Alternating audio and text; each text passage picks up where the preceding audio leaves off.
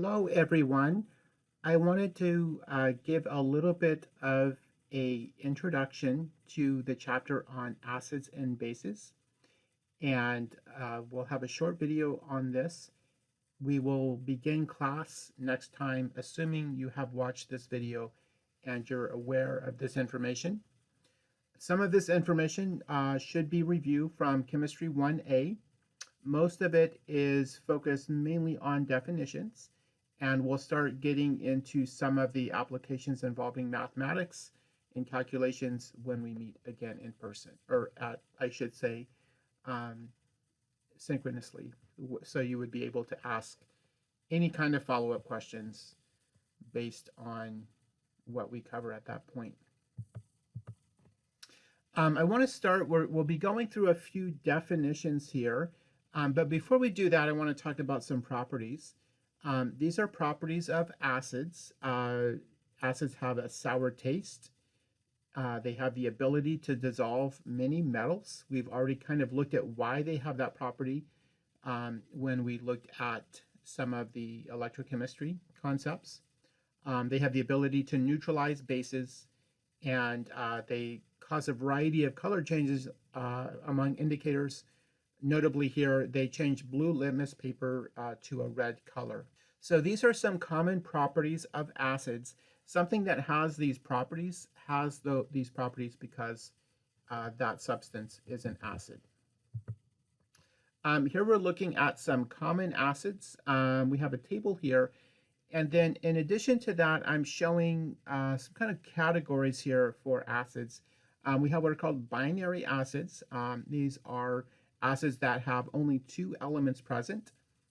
So one of those is hydrogen, one of them is any other element.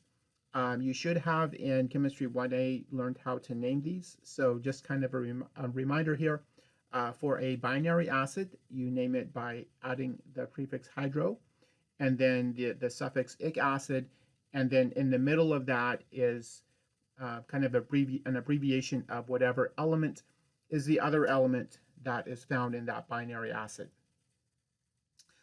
For non-binary acids, we have two possibilities. We have oxyacids and carboxylic acids. For an oxyacid, we have hydrogen along with other elements. The hydrogen is always attached to an oxygen, and then you have other things going on. The oxyacids are commonly related to polyatomic ions. So for example, SO4 you would recognize as sulfate, and here we're seeing it as part of sulfuric acid. Likewise, nitrate we associate, or NO3 we associate with nitrate, and here we see that it is part of nitric acid. Don't worry too much about the details of the Lewis structures for now with these, but do understand that the hydrogen is always bonded to an oxygen within the oxyacids, and we'll get into more detail on the a little bit about how that bonding affects acid strength a bit later. And then also realize with the naming here, we'll mainly be focused on the ones that end with ic acid, and those are derived from polyatomic ions that end with ATE, so sulfate, sulfuric acid, nitrate, nitric acid, etc. And then finally, we have the carboxylic acids. We're not going to worry about the naming here. The naming here is beyond the scope of this course. But the carboxylic acids are similar in that they have a lot of carbons and hydrogens and some oxygens. They always have at least two oxygens, sometimes more than that. Carboxylic acids have what we call a carboxylic acid group. We're showing that here. Again, don't worry too much about the details of that. Just be aware that there are lots and lots and lots of acids that have this carbon, hydrogen, hydrocarbon type skeleton that then have this as the point at which the acid is located. This is something, if you go on to take organic chemistry, you'll study in a bit more detail. Okay, so let's talk a bit about the properties of bases. Bases have a bitter taste. Things that have a bitter taste are because they have basic properties. Sometimes in a plant, these can actually be even poisonous. We're not going to get into that detail in this course, but that's another thing to be aware of. They have a slippery feel. So if in the lab you notice your fingers are slippery, it might mean you got a base on them, so you want to go and rinse that off very well. They will turn red litmus paper blue, so the opposite of what the acid was doing, and they can neutralize acids. We're showing some common bases in the table here. One of the things you might notice is that many cleaning substances are composed of bases. And then we have indicators. We already have talked a little bit about litmus, but there are other things that are indicators as well. There's lots and lots of indicators. An indicator is a chemical that will change its color based on the acidity or basicity of the solution. And so it's something we can use to figure out, is something acidic or is it basic? We look at what color the indicator becomes. There are lots of vegetable dyes that include an indicator. So red cabbage juice is an example of that. If any of you are needing to do the makeup lab where you're working on a project at home, you will be using red cabbage juice and you'll see how it works. We've already talked about litmus. One that is common in the lab that we've already used is phenolphthalein, which is red in basic solutions and colorless in acid. So when you are adding sodium hydroxide and looking for the pink color, that's because you're looking for the point at which it becomes basic. There are others as well, and we'll be introducing those as we get a bit further into this in the next chapter. Mainly actually in the next chapter. So let's go ahead and have a definition. We're going to look at two definitions initially, and then we'll come back at the end of the chapter to introduce a third definition.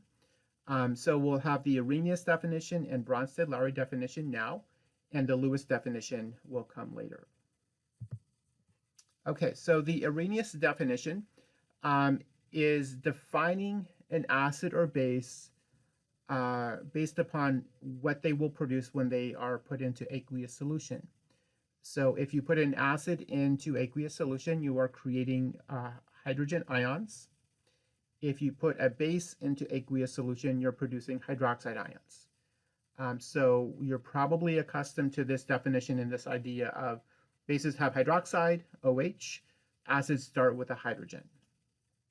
One thing I want to note before we move forward with this, we're using the H plus a little bit loosely here because it doesn't technically exist in that form. This is what they were able to detect when they came up with this series. They were able to detect the presence of hydrogen ions. But within the solution itself, they actually exist as what's called a hydronium ion. And we're showing that down here. Hydronium ion is basically a water with an additional hydrogen. And that hydrogen has a plus one charge. So it would be H3O plus. So that's the form at which it exists in solution. Throughout this chapter, we'll be kind of using those two interchangeably. So you might see H plus, you might see H3O plus. Both of those essentially mean the same thing. So this is the Arrhenius definition of acids and bases. As a kind of a reminder, we're showing here an acid-base reaction. So we can use the Arrhenius definition to look at these sorts of neutralization reactions, where you have hydrogen from the acid, hydroxide from the base combined to make water, and then some other salt, which is the salt is the combination of all of the ions that are not making the water. So if it's making the water, it's hydrogen and hydroxide. Everything else is part of the salt. And that's again, everything basically we've looked at so far should be reviewed from Chemistry 1A. Now, the Arrhenius theory does have some problems. It doesn't work perfectly well for anything. The classic example is ammonia. So ammonia will make a basic solution, but if you look at the formula of ammonia, NH3, it does not include any hydroxide. Other things like sodium carbonate are also basic. Carbon dioxide is acidic. None of these things have the hydroxide or hydrogen that we normally associate with the Arrhenius definition. And then what if there's a reaction that's not an aqueous solution? Can it still be an acid-base reaction? So a broader definition was developed to account for these variations, and that is the Bronsted-Lowry definition. So we can think of the Arrhenius definition as kind of a subset of this definition, but this definition would include additional reactions that are not included in the Arrhenius definition. So in this definition, what we're doing is we're focusing on the H+, which is a proton, essentially. So think of a hydrogen without its one electron, you're left with a proton. And we're looking at what is happening to the proton. As the reaction is taking place, the proton may be transferred from one thing to another. And we look at the movement of the proton to define the acid and base. So in this definition, we're defining acid as a proton donor and base as a proton acceptor. So essentially, when we think of acid as dissolving in water making hydrogen ions, we're thinking of a proton donor. The big difference here is that we're defining the base in conjunction with what the acid is doing. We're showing an example here of a Bronsted-Lowry acid-base reaction where we have some generic acid HA losing the proton. It gains a negative charge, and then the proton goes to the base gaining a positive charge. A couple things to notice here. The base has to have a pair of electrons in order to accept that proton. So that is a requirement to be a Bronsted-Lowry base, is that it has to have that pair of electrons. And then we're showing the charge, the change in the charge here. One thing I want to caution you on here is that you don't have to start with a neutral charge on the acid and base. And so because of that, the final charges you end up with will be relative to the initial charges. And we'll see some examples of that going forward. So I think we'll look at how that works when we get to those examples. So here is a specific example. So we're showing the general idea at the top there, where we have acid donating proton, and then the base accepting the proton. And then we're showing a specific example here. So HCl plus H2O. HCl is becoming Cl minus.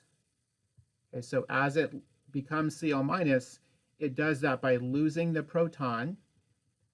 So we then say that is the acid because it has lost the proton. Well, where is that proton going? We see the other thing in the reaction is water. The water becomes hydronium. And so for the water to become hydronium, it was accepting the proton. So then the water would be the base in this case. You might not be accustomed to thinking of water as a base, but it turns out that when we define things in this way, lots of things can be acids or bases. So in this case, water is behaving as a base because it is accepting that proton.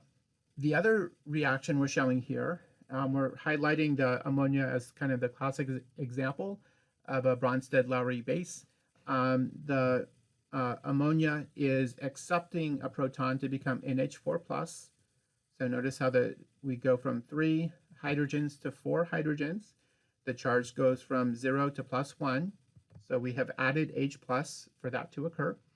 So the ammonia is a base. Where did that proton come from? It came from water. So the water is turning into hydroxide. So it is donating that proton. So just as we saw in the first reaction, acid behaving as a base, in the bottom reaction, we're seeing it behaving as an acid. So that might seem unusual first of all, that it could do either of those, and now we're saying that it can do both of those. This is an example of what we call an amphoteric substance. Something is amphoteric if it can behave as an acid or base, based on the transfer of hydrogens. So lots of things can do this. What's important is that they have a lone pair of electrons. We're not going to focus too much on the Lewis structures right now, so don't worry about that too much. Just be aware that this is the word we have for water when it does this sort of a thing. So one other thing we want to look at with these kind of reactions is the way something changes from an acid to a base or from a base to an acid. So as a reaction takes place, and you saw this in the examples we looked at, what starts out as a base turns into an acid. What starts out as an acid turns into a base. So if we were to reverse the process, for example, the Cl minus we would define as a base. The HCl would then become the acid it turned into. How we can talk about this is using something called the conjugate pair concept. So the conjugate pairs are the two things that are linked by the transfer of a proton. So for example, when we looked at the ammonia and said that was a base, it turns into the ammonium ion, which is the conjugate acid. So going from NH3, the base, to NH4 plus, the conjugate acid, the difference is gaining a proton. So if you gain a proton, you turn from the base into the conjugate acid. Okay, and those two together are called a conjugate acid-base pair. On the other side, we could say, okay, if we lose a proton, we go, in this example, from water to hydroxide. That is also a conjugate acid-base pair. In this case, water is the acid and hydroxide is the base. So you want to be able to look at a substance, decide what is the conjugate acid or conjugate base of that substance, and then also look at a reaction and identify acid base, conjugate acid, and conjugate base. So here we're showing that reaction again in terms of showing the base turning into the conjugate acid, the acid turning into the conjugate base. Now we've color-coded it here, but you want to be able to look at any chemical reaction, any acid-base reaction, I should say, and identify what are the pieces of that reaction. So base accepts a proton, becomes a conjugate acid. Acid donates a proton, becomes a conjugate base. So kind of a key concept here as we get into the chapter. I think this is where we'll leave off for this introduction. So you want to come to class kind of knowing that, being prepared for understanding that idea. I want to leave you with a couple of examples. So you might want to maybe try this out before we come to class. So you want to write the conjugate base for the substances on the left here and the conjugate acid for the substances on the right here. So go ahead and try that out, and we'll review that at the start of class next time.